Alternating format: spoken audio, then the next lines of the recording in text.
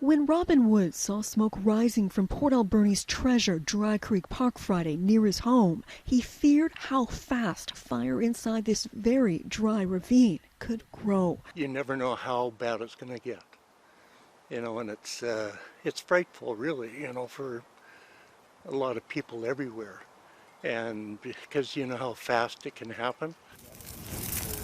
This is what Port Alberni firefighters found when they got the call at 3:30 p.m. Friday. Flames spreading quickly up this gully that is dense with trees and dry fuels.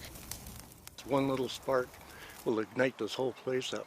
Dry Creek is a popular hiking area that's filled with wildlife and backs onto homes. So the BC Wildfire Service also responded to the scene with an initial attack crew to assist Port Alberni firefighters, who strung hoses over 1,300 feet. That's 4 Canadian football fields over steep terrain to reach the wildfire and successfully stop its spread in these extremely dry conditions. But generally speaking, yes, we see fires grow more quickly as the fire danger rating increases.